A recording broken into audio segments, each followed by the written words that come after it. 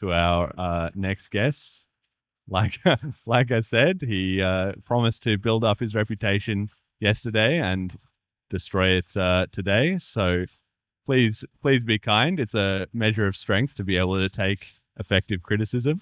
So on that note, Milan Reede.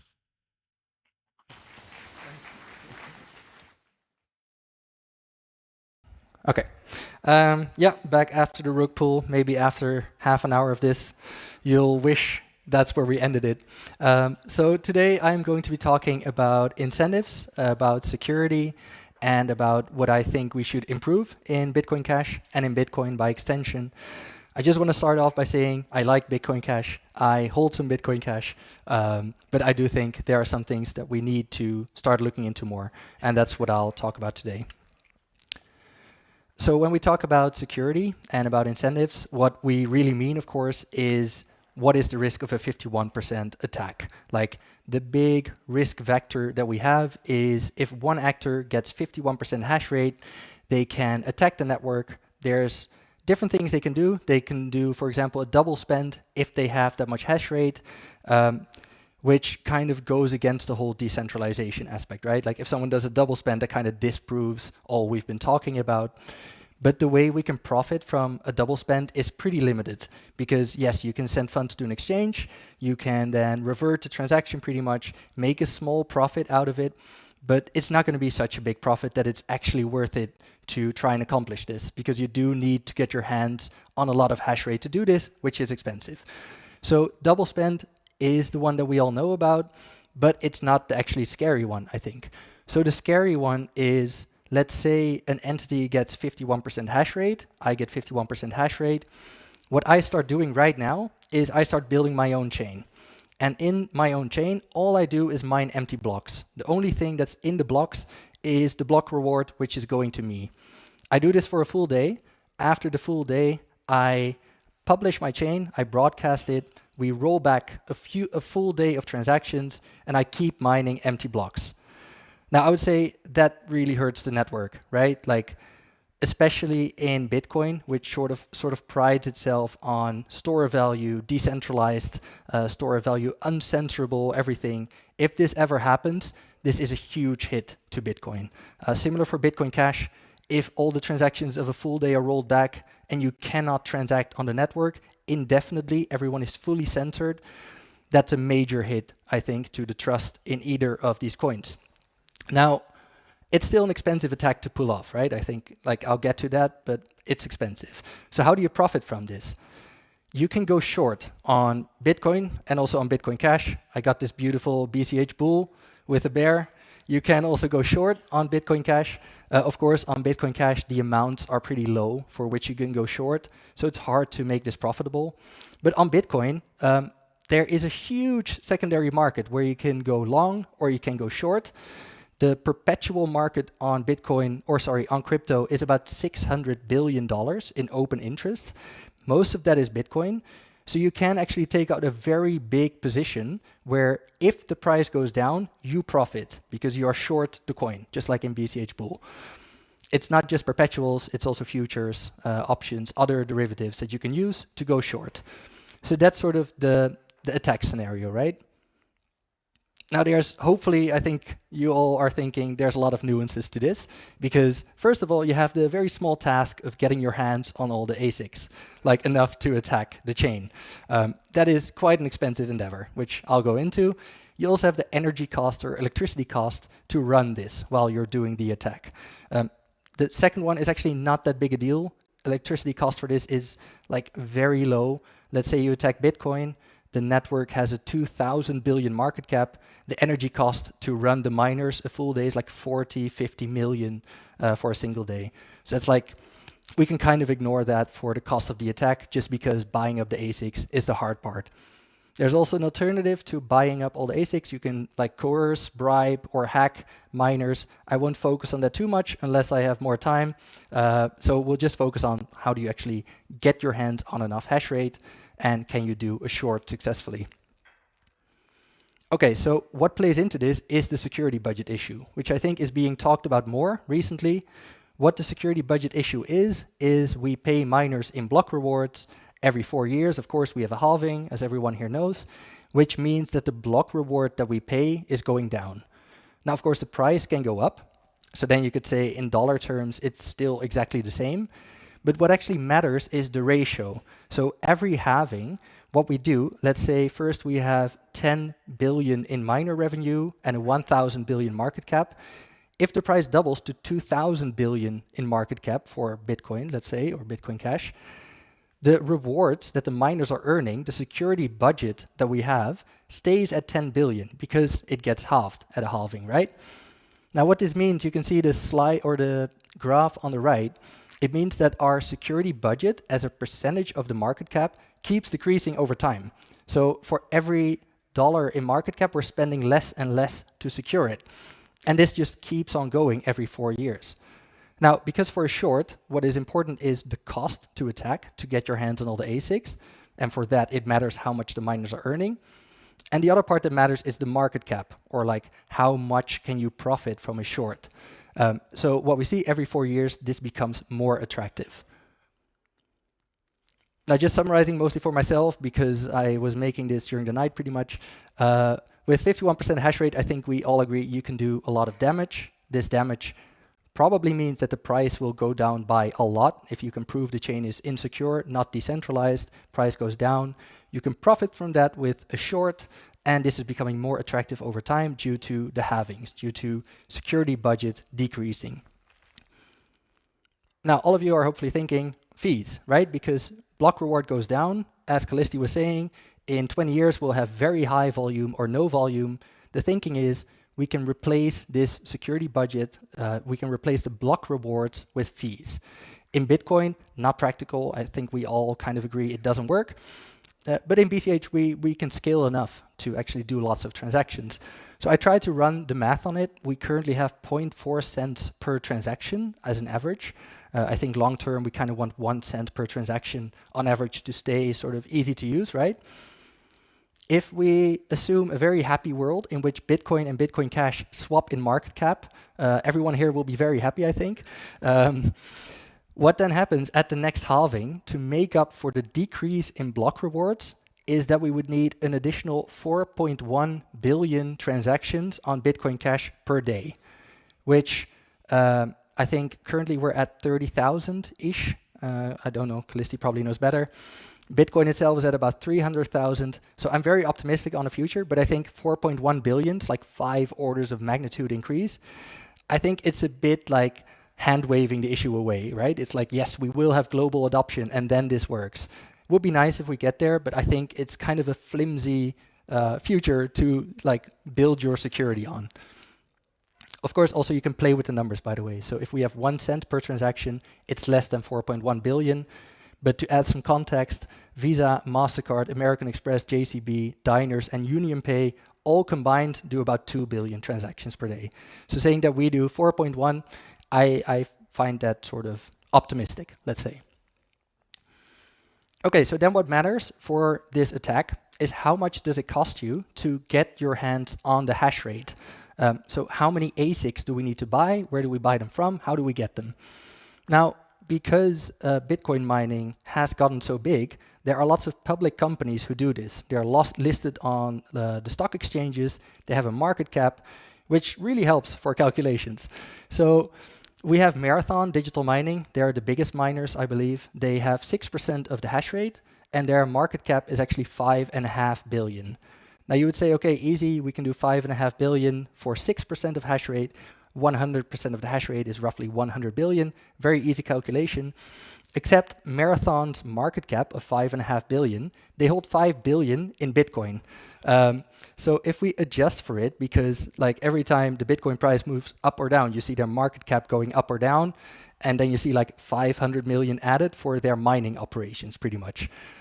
So the actual market cap of their mining operations, not just them as a proxy for the Bitcoin price, is about 500 million.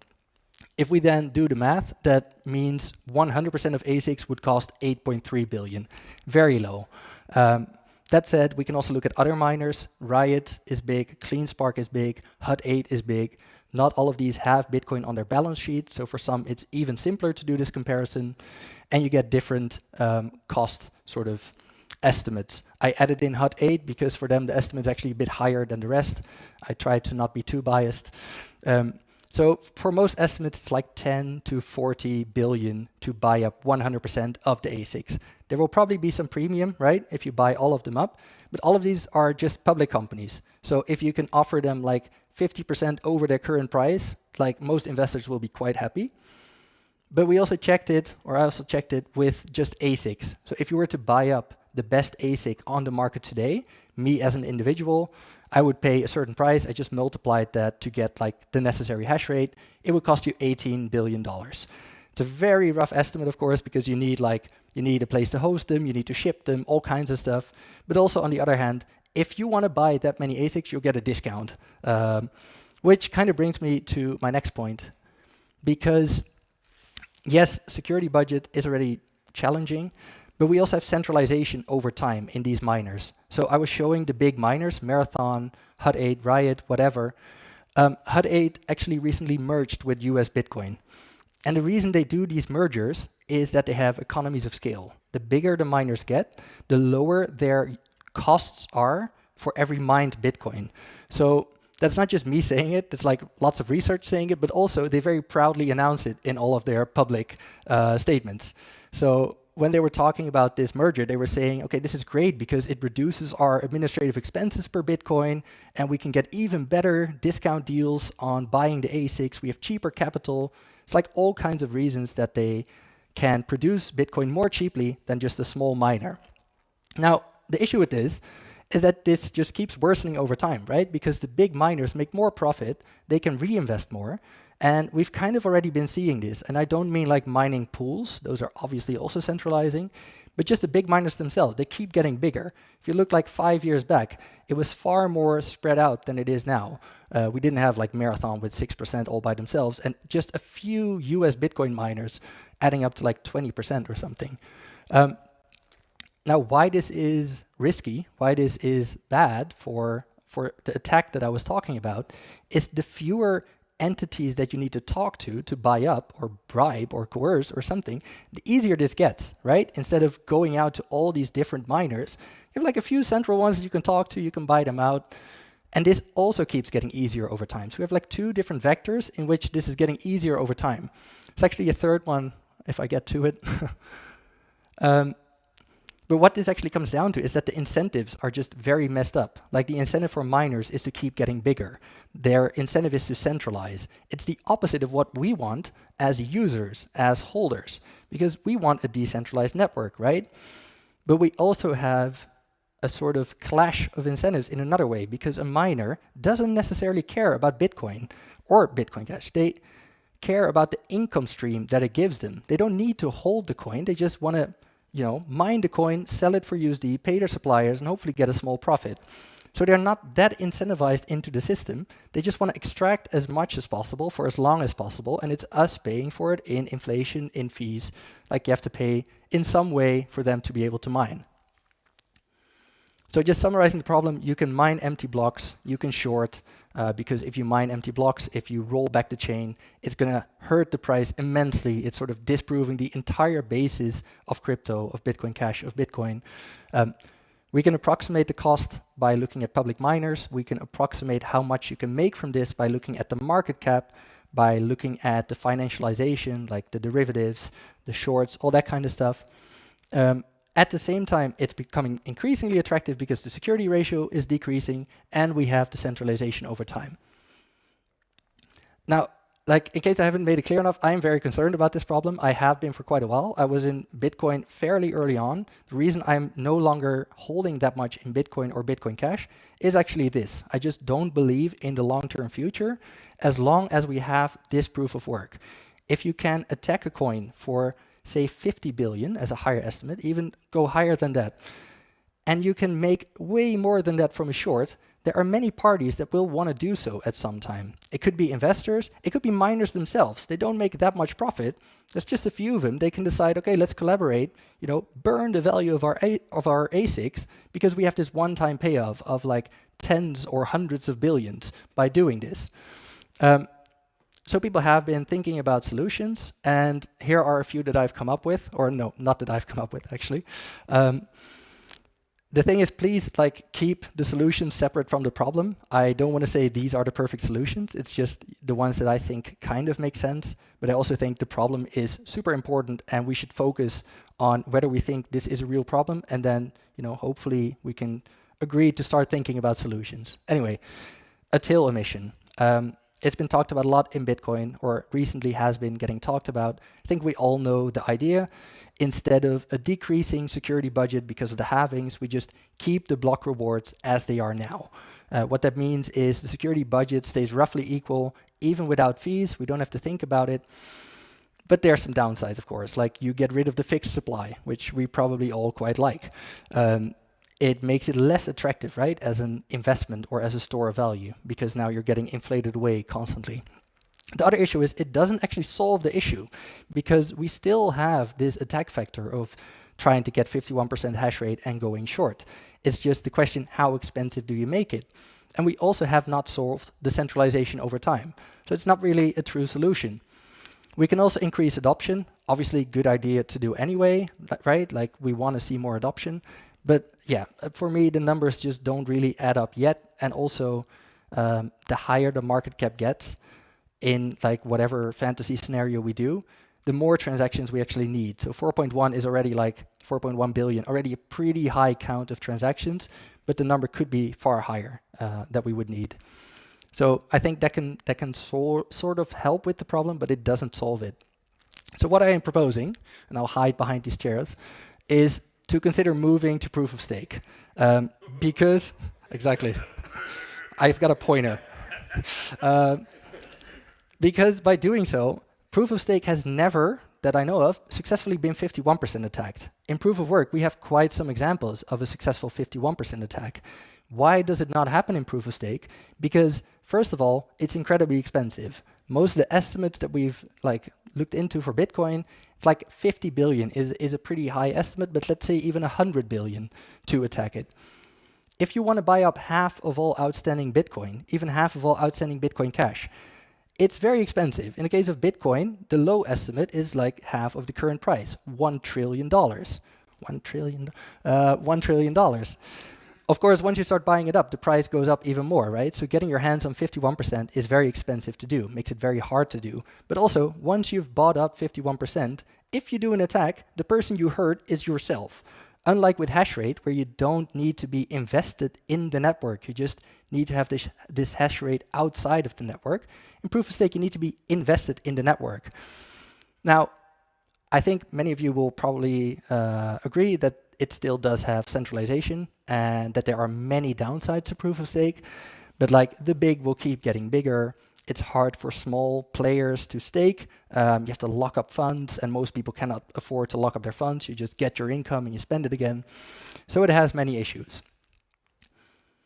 So what I'm proposing is a modified version of proof of stake. And I'll walk through my reasoning, and then people can shout at what they sort of recognize this as. I would propose that we remove fees and we remove inflation, because they are the core of the problem of centralization. So if you have proof of work or proof of stake, as long as you have rewards, there will be people fighting over the rewards, and the big will always be able to get more rewards than the small ones. Just keep that going over time, and it's centralization all the way down, constantly, every year again. If you don't have fees, if you don't have inflation, there is no reward going to the big players. They are not getting bigger, at least not in the network itself, because there's nothing being paid out to them. Right now, we incentivize centralization in the network, in the consensus. And by doing this, by removing fees and inflation, we remove that incentive. Now, I think we would all, if we have a proof of stake coin and we're not getting paid to stake, no one does it, right? Because I'm not locking up my funds like you do it, right? I want security, but I don't want to be the one that cannot access my money or takes some sort of risk. So the question becomes, who would stake? Now, what if we could make it so that you don't have to lock up your funds? You can just, in your wallet, you can choose who you want to stake with. So instead of needing to set up your own node, instead of locking your funds, just check in your wallet okay, what are some smaller stakers? Cool, I'll stake with them. I'll delegate with them. You don't actually have to make it so that the funds leave your wallet. You can just make it so that you vote for a specific validator for a staker without ever giving up control of your coins. But then the question is, who runs the nodes, right? Because yes, I'll delegate to someone, but I don't want to run a node. It's going to cost me money. So just a quick show of hands. Are there people here that run nodes in any crypto whatsoever? Okay, and can you put down your hand if you do this only because you're a miner? Okay, that's actually quite some hands still, which makes sense to me. Like, we also run a node on Nano, on Bitcoin, on Litecoin. We run a bunch of nodes because we're a merchant on all of those networks, and we need to have direct access to the network. I assume for Selene, you run a node, right? Because you want direct access to the network.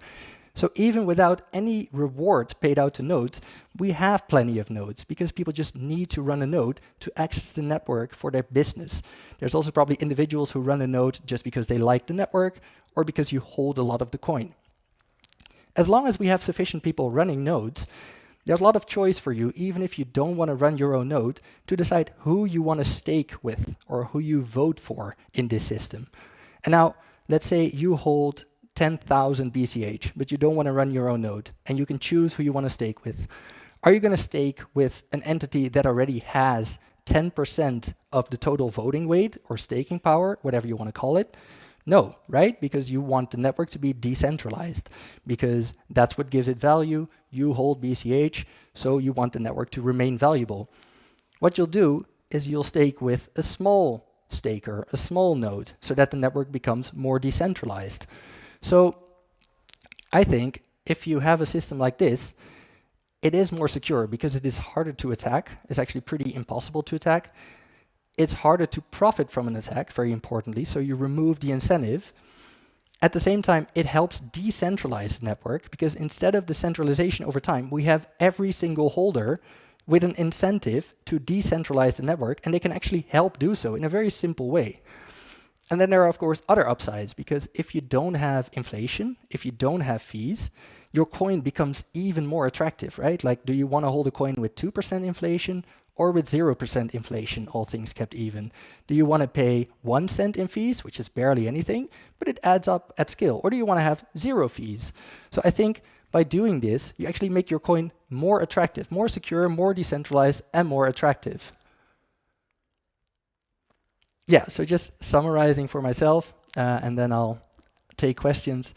I think the incentives that we have now are very misaligned, and I think there's an increasingly big incentive to attack the coin. I think it's possible to attack the coin. I think you can profit from attacking the coin, both BCH and Bitcoin. I think the key issue is that proof of work is risky and increasingly so. And I think that we need to either massively increase adoption, we need to do that anyway, or we need to consider moving to proof of stake. The exact version, I'm not technical, but I think a version like I just talked about makes the most sense. But obviously we need to think about what actually would work for us. So with that said, I think that's my last slide. Yeah, I didn't want to mention my name again. So thank you for listening.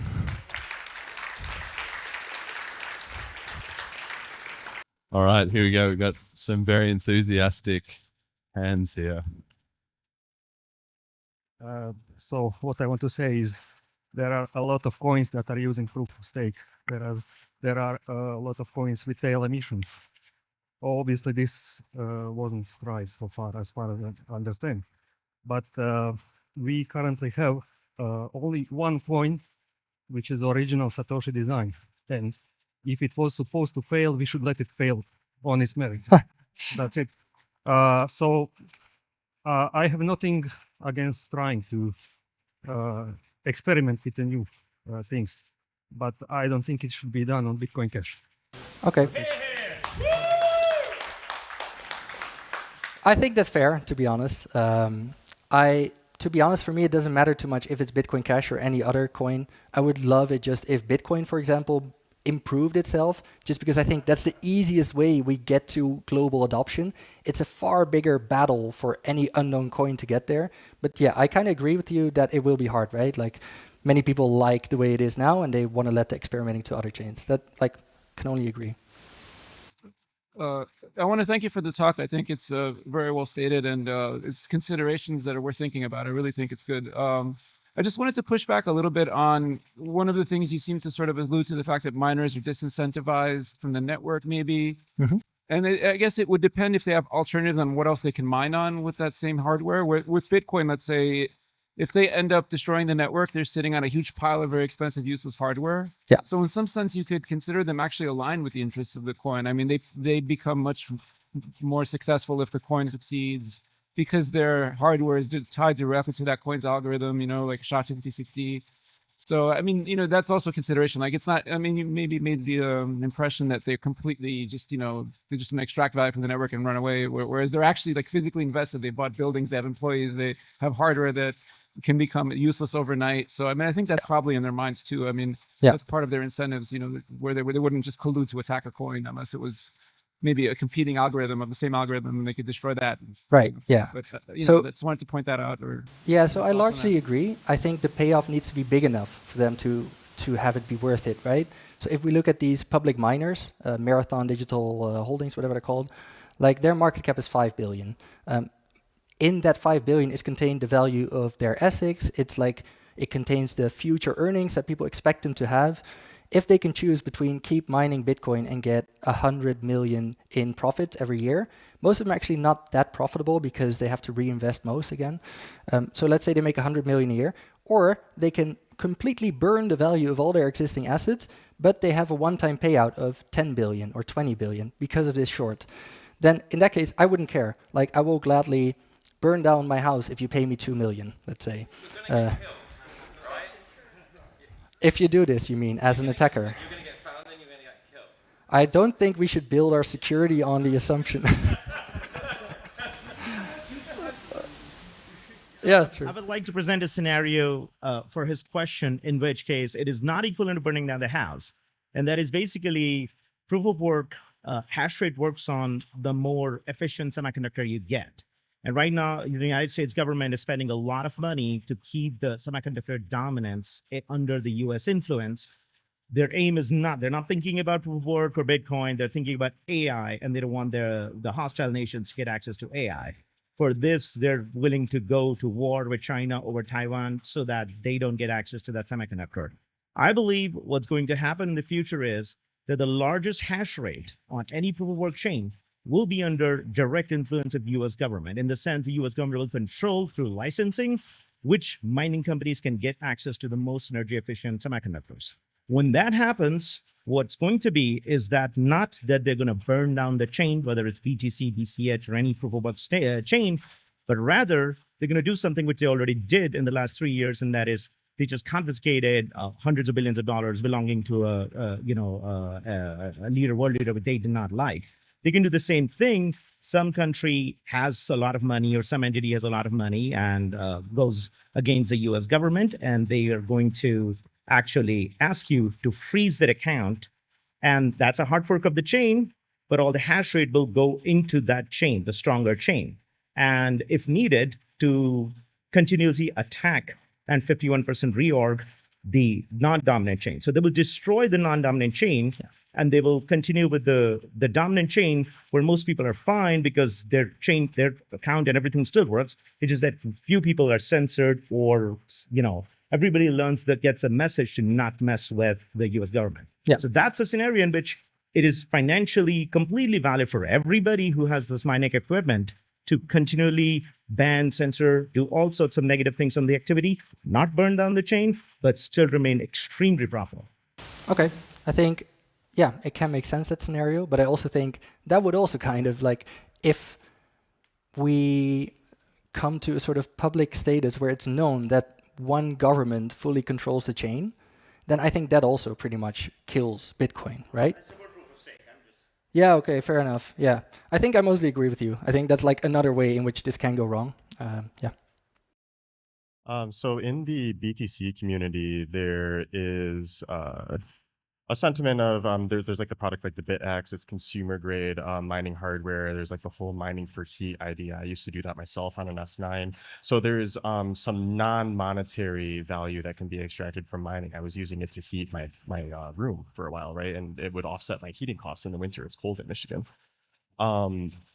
So I'm just wondering about your thoughts on that. Do you think that in aggregate, consumer grade mining, especially as it becomes more efficient, can help mitigate these kind of issues? I would like to think so, but I think not so much, to be honest, mostly because the bigger cost than just the energy cost is actually purchasing the ASICs. So if you run it in the winter to offset your heating cost, that's great, you know. But if you probably pay for your electricity in the summer, and it's like way more than that the big miners pay. So if you have to turn it off in summer because you're like, it's not profitable for me now with this electricity cost because the miners have like 4 cents per kilowatt hour. I don't think any of us can match that pretty much. If you have to turn it off in summer and it's only profitable in winter, you're not going to recoup the investment on the ASICs. Like in almost every ASIC that, like I've looked at 5, to be fair, you need to mine 24/7 with pretty low costs to be able to make it profitable. So turning it off for half the year, then you're just not profitable. You can still do it, of course. It's just more of a charity thing, which I don't think will scale enough to get to where we need. Hi, Milan. Thank you so Hey. much for an interesting talk. It was very, very good. Yeah, I've got a couple of points, I guess, to rebut or like some assumptions that are made that I think are flawed. And the one is to like to make the most money or to get this money, you're assuming. Double mic. Yeah, you're assuming the price of Bitcoin is very high. But to be able to get hold of that mining equipment, you have to go and start purchasing it aggressively. That's not going to happen, and also logistically, like get hold of it or move it or ship it. That's going to be incredibly difficult to keep on the lowdown. So as soon as like that happens, like, hey, look, like basically someone's going out and buying out all of these multi-billion-pound companies and getting hold of their miners, the signal's already going to be there, like something's going on here. And the price of Bitcoin will then naturally drop. And so the shorting potential with that automatically drops. Yeah.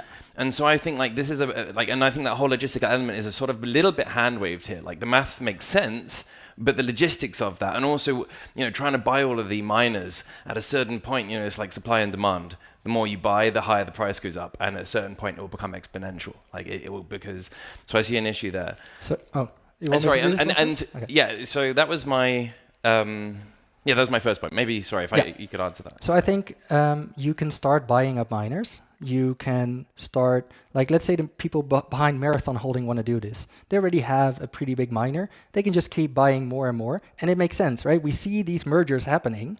So, like, what's not to say it's already happening? These miners, there's just a few big miners, to be honest, that keep getting bigger. It could already be their plan to do this. It's just a sort of long con that they're doing. If you want to do it in a short term, and you start buying up that many ASICs and you think the price will decrease, you can also just open the short as soon as you start buying up, right? Because then, okay, great, you're buying up these miners, price goes down, I can bid even more for these ASICs. So I do think like it is hand wavy, I agree, to just say, yes, you can buy up all of these miners. But also they're public companies. Like if you make a tender offer for many of these, like it's not that hard. Yes, we can assume some premium on it, but like the worst part actually is, to me, for the miners themselves, this can start to make sense, because as their revenue, as their profit decreases, what do they want to do? They just want to, you know, make a lot of money. So for them, it might actually make sense to just perform this attack themselves. So I think, yeah, that argument there, I can shoot that exact back. So one of the solutions that's proposed is to go to proof of stake. And the great thing about proof of work is it's a continuous tug of war. So if you get 51%, that's not static. So someone else can basically buy some more miners or turn on their miners that have been turned off and increase on that. And the thing is with proof of stake is once someone has that 51%, then it's over, right? They have that power and you can't buy more nano unless they sell it. And so you're talking about the long con. Maybe they're already doing that. Maybe that would already happen with proof of stake. Maybe there's already, in all of the coins that are using proof of stake, using, for example, nano, because of the unfair distribution, which I would also say is a critical element of sound money for the world, is the fair distribution, which proof of stake doesn't offer. But you have proof of stake. Maybe that is already happened. The CIA or whichever free-led agency has already got the majority stake. So at a certain point, because they bought that for peanuts, because nano price is, of course, peanuts, right? And then at a certain point, if by all God, you know, something happens and you do an amazing job and nano becomes this amazing thing, or any other proof of stake money, then they can launch that attack because it's part of the long game. So how would you counter that? Because that argument you're using against proof of work can be used exactly against proof of stake. Right. So I would say that is a very long con, of course, that they're playing. So let's say you wanted to buy up 51% of Nano early on. You would have probably already increased the price a fair bit, but let's say you kept it relatively low, right? You bought it up over time. Now, Nano has the market cap of Bitcoin. 2,000 billion, whatever. And they decide this is the time we're going to attack. First of all, they are burning down about $1 trillion in value because they are the biggest entity on the network. They hold most of their value in the network. So we first of all have to assume that they are an actor who does not care about profit, which I think is already a stronger defense than having actors that want to make a profit able to attack your chain. So what's the enemy of P2P currency? Governments, I assume. Governments, and who else? Banks. Right, and what sort of a market cap is 2 trillion to them? In terms of profit, to burn that sort of, the money that would have cost to have bought Nano, which would have been pennies, even if you're talking about millions, but to save that ecosystem that they have, how much value is in the entire cash market and fiat But you're market? making very odd assumptions here, I think, because if you're willing to spend 1 trillion to attack a chain, you can easily do that with proof of work now. Like most of the calculations we do show more like 50 billion. If you are willing to burn 1 trillion to attack, proof of work is still weaker. It's still easier to get enough ASICs to attack proof of work than it is proof of stake. Also, I think it's a big assumption to think they managed to buy 51% in every proof of stake network early on. And I also want to add for Bitcoin Cash, you could have your fair distribution and have proof of stake, right? Let's say Bitcoin Cash switches to proof of stake now. We don't have to redo distribution. Distribution has happened. So if you like the distribution, you can just say, cool, we move to proof of stake now. So unless you also think that they bought 51% of all Bitcoin Cash, thinking maybe at some point they go to proof of stake and then I can attack, which I think is like, we're getting into very, very long cons here. Yes. I think. We're going to have to wrap this up and move on, but just a couple of final points I want to make. Firstly, I think it's great to have these kind of discussions here, and I also think it's in a sense ironic because in the BCH world, we actually don't have much clout in the mining space as a result of our lower hash rate. Mining is not well represented here and stuff. And ironically, it is the BCH community who are hashing this out, trying to get to the bottom of it. And as happens every time, the BTC guys will wake up and will already be shipping the solutions. Yeah. So that's the first thing. It's important we have those discussions. I mean, I think from the BCH community, a lot of the thinking is it's just drive the adoption or go to zero. And I think people do have that mentality and they're okay with that. And one other final thing I want to throw in, you might want to comment on, is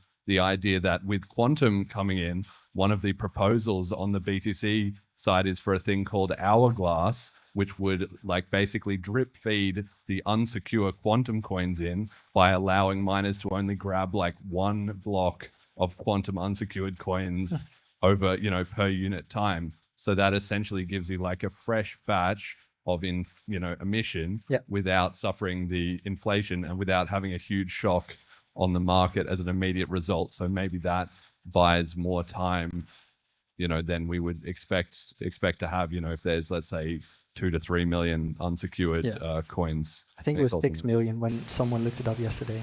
Yeah. So I think two things on it. So first of all, BCH hashing this out instead of BTC, I think is quite typical, right? But I also think what we are talking about here is getting massive adoption, is what does it take to get BCH to that global adoption that we want to see? And then we also have to think into the future, because if we want to get to massive adoption, we have to be secure. So I think also for BCH, despite this being a bigger issue for BTC, this is key to me anyway. And then the quantum emission schedule, to me, that's sort of the same as a till emission, right? Except instead of freshly minted coins, you just do it with coins we assume lost. But it still comes down to the same thing, because those coins are assumed lost right now. If you let those re-enter the circulation, you just have the same inflation that you would have with a till emission. So I would say yes, it's sort of a solution, but it comes with the same downsides as till emission to me. At least in the short term, yes. Anyway, everyone can hash this out on Twitter afterwards. I'm sure it'll be a popular topic. Hands together for Milan. Thank you.